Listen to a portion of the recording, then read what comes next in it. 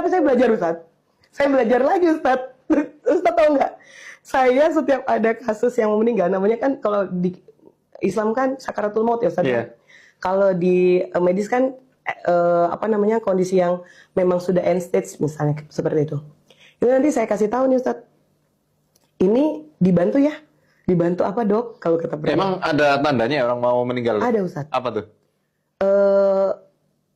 Hemodinamiknya tidak stabil yang pasti. Jadi mulai demam pasiennya. Atau pasien ini dari kondisi yang dia tidak sadar lama, tiba-tiba bangun Ustaz. Itu penanda Ustaz. Oh gitu ya? Iya. Habis itu saya bilang, itu di ruangan mana saya akan datengin gitu. Karena apa bentar lagi nanti dia tidak sadar dan habis dari itu meninggal. Dan itu berulang kali sering terjadi Ustaz. Nggak sadarnya maksudnya koma? Nggak sadar yang mana nih? Yang awalnya. Yang tadi Mbak bilang ya? Nggak sadar awalnya koma. Terus tiba-tiba dia bangun. Kalau kayak gitu saya nyebutnya ini lagi disapa keluarganya, monggo silahkan berpamitan. Jangan ngomong macam-macam. Saya bilang gitu. Saya akan bilang ke keluarga gitu. Nah kalau penyakit yang lain yang dia nggak koma gimana? Ya kalau dia nggak koma, ya agak sedikit susah ngeliatnya Ustaz. Kalau yang dia nggak koma. Cuman kalau kayak gitu saya paling ngelihatnya dari hemodinamik, dari demam tadi. Demam, kemudian nanti tensinya mulai turun, nadinya meningkat, sampai dia mulai turun perlahan gitu. Nah ini unik lagi nih Ustaz. Kalau udah kayak gitu nih Ustaz. Misalnya nih, di EKG gambarnya masih bagus nih Ustaz.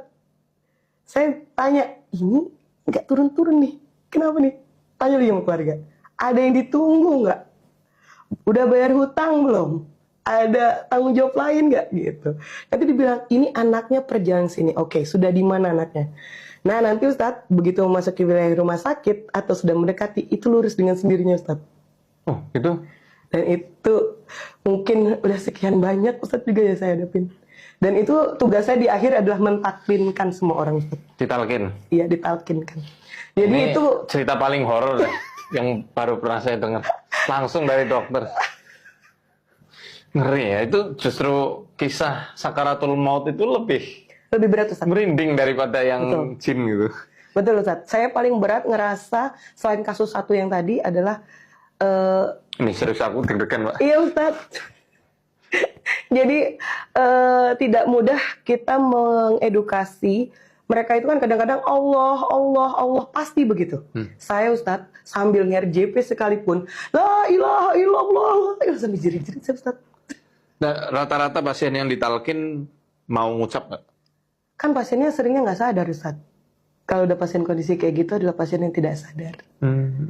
Kadang ada yang setengah sadar, misalnya dari sadar tiba-tiba tidak sadar. Nah itu ada